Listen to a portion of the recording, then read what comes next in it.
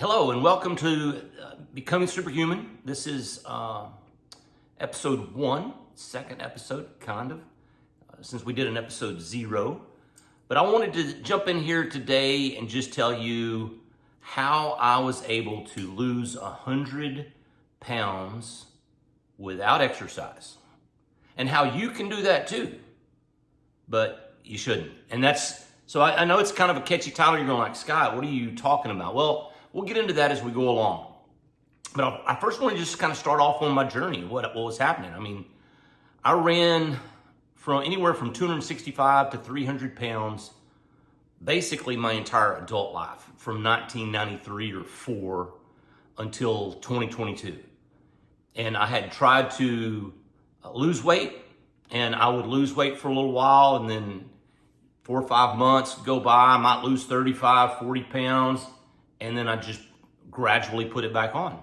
And that happened time after time after time. I mean, a lot of people, it's called yo-yo dieting. That's a lot of people are diet that way. They lose weight, they gain weight.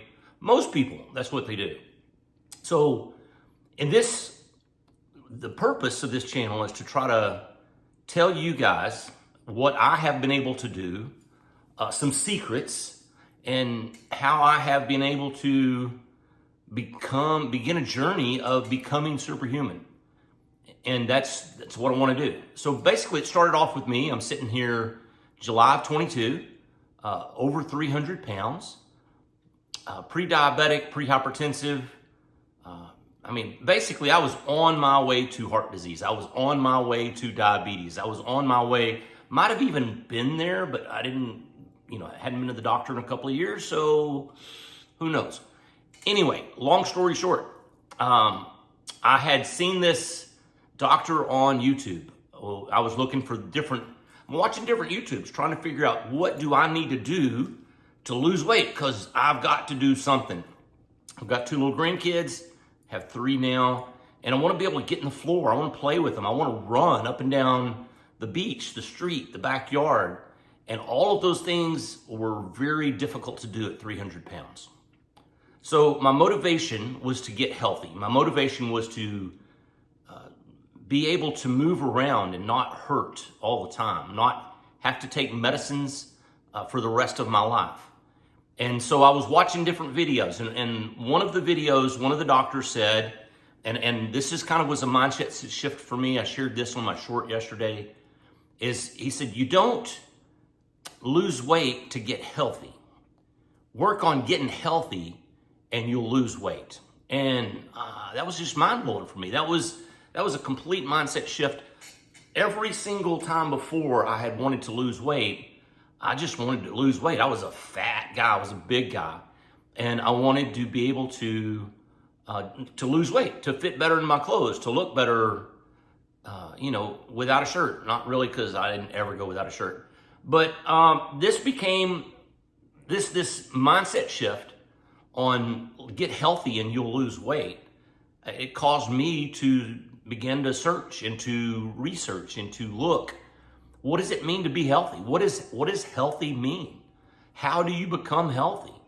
And as I dove into that, I learned things about diabetes and insulin resistance and heart disease and things of that nature, and saw that the foods that I was consuming were causing those issues in my body. Our food is medicine. And I don't know, we don't have enough people telling us that. If we eat healthy foods, we will become healthier people. And that was the beginning of my lifestyle. So the first thing I did was I started a low carb lifestyle. I started a ketogenic diet. And I started researching that and looking up, basically what do I need to do? But I did it from a whole food standpoint. I took out all of the processed foods. I'm not going to eat anything that has more than 2 ingredients.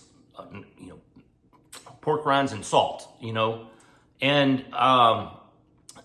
so I began to eat whole foods. I began to knock out the starchy vegetables. So no more potatoes, no more rice, your white vegetables, your starchier or your sugar fruits. So no apples, no oranges, no bananas. And I love bananas.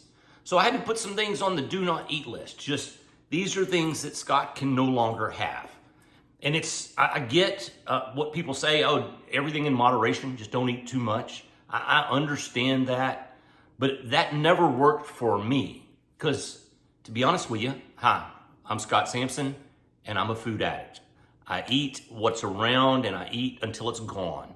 And a lot of you out there may be exactly like that. So the best thing to do is to put things on a no-go zone. We're not gonna eat bread, we're not gonna eat pizza, we're not gonna eat potatoes. This was for me. Your mileage may vary. You may very well need to do a different kind of diet. But for me, I had to knock out the carbohydrates. I was pre-diabetic, insulin resistance, so I had to do something to control the glucose and the insulin in my body. That was my driver for going on a low-carb diet. And anyway, so I go on a low-carb diet, begin to lose weight, and then about three or 4 weeks in, after my body has started processing, has changed over from being a glucose burning machine to being a fat burning machine, because I went as low as carbohydrates as you could. The only carbohydrates I was getting was in fruits, well, a little bit of fruits. I was still eating berries, strawberries, blackberries. Those are good. They're okay. They're high in polyphenols, high in antioxidants. They're really good for you to eat. And then I was eating broccoli and cauliflower and Brussels sprouts and asparagus. So your cruciferous vegetables. A lot of fiber, they're high in fiber, and that negates most of the carb effect of those vegetables. So I went on a low carb diet, and after about 3 weeks or 4 weeks, letting my body adjust to the new way of doing things, I began intermittent fasting. You guys have heard of this.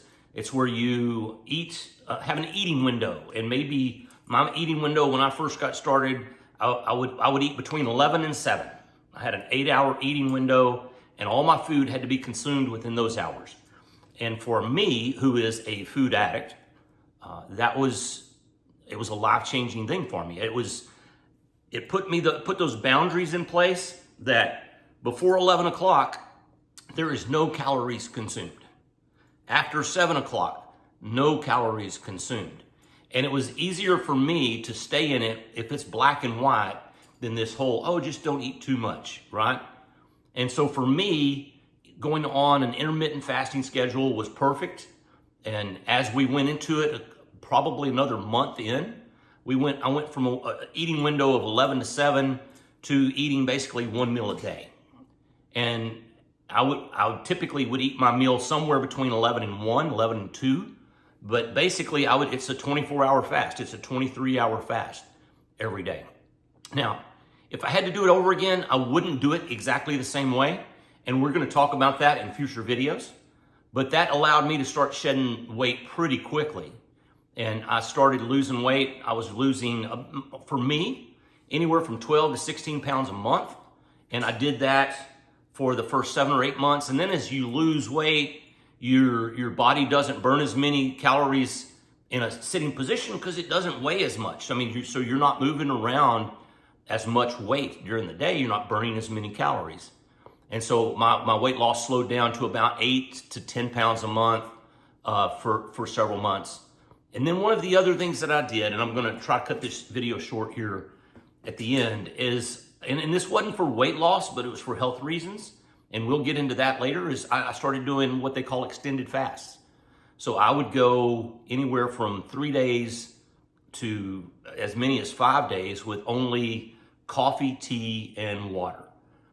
With no calories, so there's no cream, there's no butter, there's no sugar, no sweeteners of any kind. Basically, it's a water-only fast. And I did that, like I said, for health reasons. It helps your body reset some things. It helps your mitochondria heal and improve and kind of recycle. It helps other cells in your body on the cellular level to reset, to recycle. And again, we'll talk about that in future videos. But I mean, that's it in a nutshell, how I was able to lose 100 pounds. And at this time, I did exercise. So let's talk about that real quick, because I do have that as part of the title of the video. I think it was from an ego standpoint. I wanted to be able to say, hey, I lost 100 pounds and I didn't even have to exercise. And looking back, that was one of the stupidest things I did. It was one of the It was stupid to have that motivation, number one. But number two is I should have started moving more as soon as I possibly could.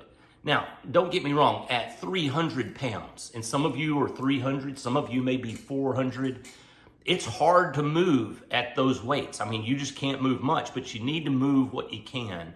And I should have started an exercise program sooner. And I did start an exercise program. I hit the 100-pound mark and went on a walking, body calisthenics, dumbbell exercises, and really helped regain some muscle that I had lost. So that's reason number one, is you want to maintain muscle as much as possible through this process. So one of the ways to do that is to exercise as you begin to lose weight. And you exercise, you increase the intensity of those exercises as you begin to lose weight. And the other thing it does is it keeps your metabolism high. It keeps your metabolism higher. I know that I impacted my metabolism. My metabolism had slowed down from when I started to, at the end of that 100 pounds. I went on to lose another 20, been down 120 pounds total, and I wished I'd have started exercising when I was 285.